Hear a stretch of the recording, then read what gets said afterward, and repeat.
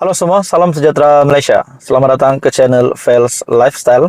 Terima kasih kerana memilih channel ini untuk mendapatkan info padu, info hangat dan topik-topik yang panas di Malaysia pada hari ini. Saudara-saudara, seperti yang kita sedia maklum, bahawa Tun Mahathir Mohamad, bekas Perdana Menteri sebanyak 2 kali, yang kita dapat lihat bahawa beliau menyerang Datuk Seri Anwar Ibrahim sebagai Perdana Menteri hari ini. Ada saja kita dengar pertelagahan di antara mereka berdua. Nah, pada akhirnya, saudara-saudara, SPRM dalam sebuah kenyataan sebelum ini, melalui pendedahan ini dari satu artikel dari malaysiagazette.com. Bagi saya, pendedahan SPRM ini pasti mengejutkan Tun Dr. Mahathir dan juga kroni-kroninya, setelah dalam satu artikel ini mengesahkan jika ada asas SPRM akan siasat Tun Mahathir. Dan ini dinyatakan sendiri oleh Ketua Pesuruhjaya SPRM Tan Sri Azam Baki melalui artikel dari Malaysia Gazette. Suruhanjaya Pencegahan Rasuah Malaysia SPRM belum mempunyai maklumat yang boleh mengaitkan Tun Dr. Mahathir Mohamad dengan kontrak gentian optik Telekom Malaysia Berhad kepada Opkom Sendirian Berhad bernilai RM214.2 juta pada tahun 2003. Sehubungan itu, Ketua Pesuruhjaya SPRM Tan Sri Azam Baki menggesa agar pihak-pihak yang mempunyai maklumat jika mengetahui adanya kesalahan rasuah membabitkan bekas Perdana Menteri itu supaya membuat aduan kepada pihaknya. Nah, pada akhirnya Suruhanjaya Pencegahan Rasuah Malaysia SPRM sendiri meminta untuk pihak-pihak, mana-mana pihak yang mempunyai maklumat tentang kalau ada maklumat tentang salah laku yang ada dilakukan oleh Tun Dr. Mahathir Mohamad pada tahun 2003 berkaitan dengan kontrak gentian optik Telekom Malaysia Berhad kepada Opkom Sendirian Berhad yang bernilai RM214.2 juta. Kalau ada maklumat jika mengetahuinya ada kesalahan rasuah membabitkan bekas Perdana Menteri itu, bolehlah membuat aduan kepada SPRM. Dalam artikel ini, saya tiada maklumat berkenaan itu. Apa yang boleh saya katakan adalah sebarang maklumat dan aduan sekiranya mempunyai asas di bawah kesalahan rasuah, maka kalau jika ada asas untuk disiasat, maka kita tidak akan teragak-agak untuk menyiasat.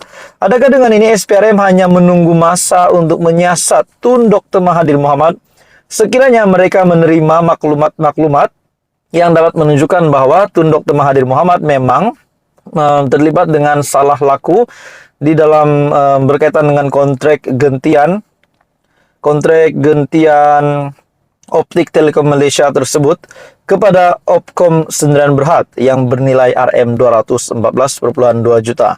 Kalau ini benar ada maklumat dapat menunjukkan bahwa Tun Dr. Mahathir Mohamad memang bersalah, bagaimana pula dengan nasib Tun Dr. Mahathir Mohamad? Tapi faktanya sehingga hari ini kita masih belum dapat membuat apa-apa kesimpulan disebabkan belum ada maklumat yang diterima oleh SPRM maupun aduan yang diterima oleh SPRM. Dalam artikel ini lagi, jadi kita perlukan maklumat-maklumat tertentu menurut Azam Baki ketika ditemui selepas Majlis Perasmian Mesyuarat Agung Tahunan kali ketiga Pemerhati Rasuah Malaysia ataupun MCW. Dalam artikel ini lagi, menurut Muhammad Puat, ketika itu Dr. Mahathir Mohamad adalah Perdana Menteri, manakala Opkom dikaitkan dengan anaknya Datuk Seri Mukris Mahathir selaku pengarah syarikat. Jadi kalau ada maklumat ataupun aduan ataupun maupun bukti yang dapat diterima oleh SPRM, siasatan akan diteruskan kepada Tun Dr. Mahathir Mohamad dan juga Mukris. Itu pun kalau SPRM menerima maklumat ataupun sebarang aduan bukti yang menunjukkan bahwa memang kedua-dua ini bekas Perdana Menteri dan juga bekas pengarah, di mana pada ketika itu Datuk Seri Mukris Mahathir adalah selaku pengarah syarikat tersebut. Kalau dapat dibuktikan ada bersalah, memang kedua-duanya ini pasti akan terima kejutan besar dari SPRM. Namun pada akhirnya, sehingga hari ini, Dalam artikel ini, jika ada asas SPRM akan siasat Tun Mahathir menurut Azam Baki. Jadi apa komen Anda saudara-saudara? Teruskan bersama di dalam channel ini untuk info yang seterusnya. Jangan lupa tekan butang like, share, dan subscribe. Halo semua, salam sejahtera Malaysia. Selamat datang ke channel Fels Lifestyle. Terima kasih karena masih setia di dalam channel ini. Untuk mendapatkan info padu, info hangat dari channel ini berkaitan dengan topik-topik panas yang berlaku di Malaysia pada hari ini. Nah, saudara-saudara, masih menjadi tanda tanya ramai orang di manakah parti yang bakal dituju ataupun bakal disertai oleh Khairy Jamaluddin. Walaupun baru-baru ini kita mendengar bahwa tular gambar Khairy Jamaluddin dan juga Presiden Bersatu ataupun pengurusi Perikatan Nasional, di mana gambar itu tersebar luas di media sosial dan menimbulkan banyak tanda tanya. Nah, pada akhirnya saudara-saudara, terdapat satu artikel yang pasti tajuk artikel ini dari syahbudin.com, yaitu KJ sebenarnya sudah tolak tapi Muhyiddin minta fikir lagi. Nah, saudara-saudara, dengan kenyataan ini bahwa KJ sah sudah menolak Bersatu, menolak Presiden Bersatu.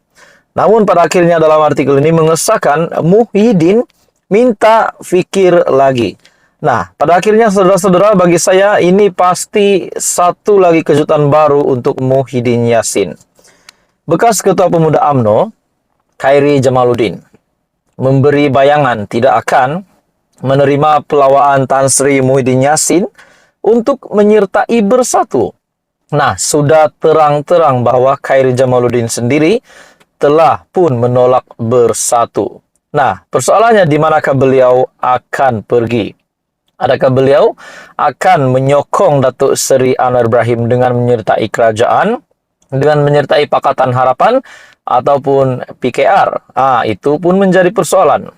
Bercakap ketika podcast Keluar Sekejap, bekas Menteri Kesihatan itu mengakui Muhyiddin, yang juga Presiden Bersatu, meminta beliau untuk berfikir lebih lanjut sejurus menyuarakan pandangannya mengenai tawaran dikemukakan.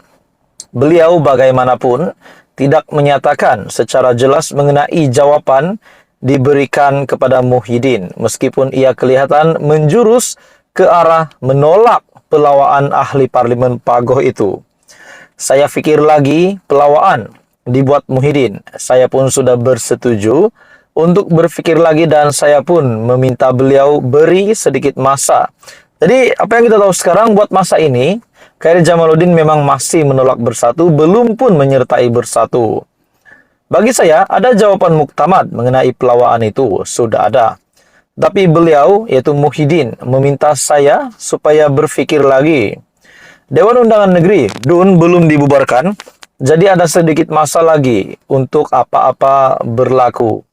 Bagi saya, ada kata putus. Tetapi, apabila pemimpin yang saya sanjungi minta saya fikirkan lagi, kita fikirkan lagi lah, katanya, yang juga bekas Menteri Belia dan Sukan. Sumber Perikatan Nasional memaklumkan juga Khairy tidak akan menyertai mana-mana parti politik termasuk Bersatu maupun menubuhkan parti baru dalam waktu terdekat. Ia susulan pertemuan Khairy dengan Muhyiddin yang dikatakan berlangsung di kediaman Perdana Menteri ke-8 itu di Bukit Damansara. Muhyiddin pula pada Mei lepas mengakui ada menawarkan jawatan dalam majlis pimpinan tertinggi Bersatu kepada Khairy jika beliau mahu menyertai parti itu. Pengurus CPN mendedahkan tawaran berkenaan dikemukakan kepada Khairy selepas bekas ahli parlimen Rembau berkenaan dipecat daripada UMNO pada Januari lepas. Jadi apa komen Anda saudara-saudara?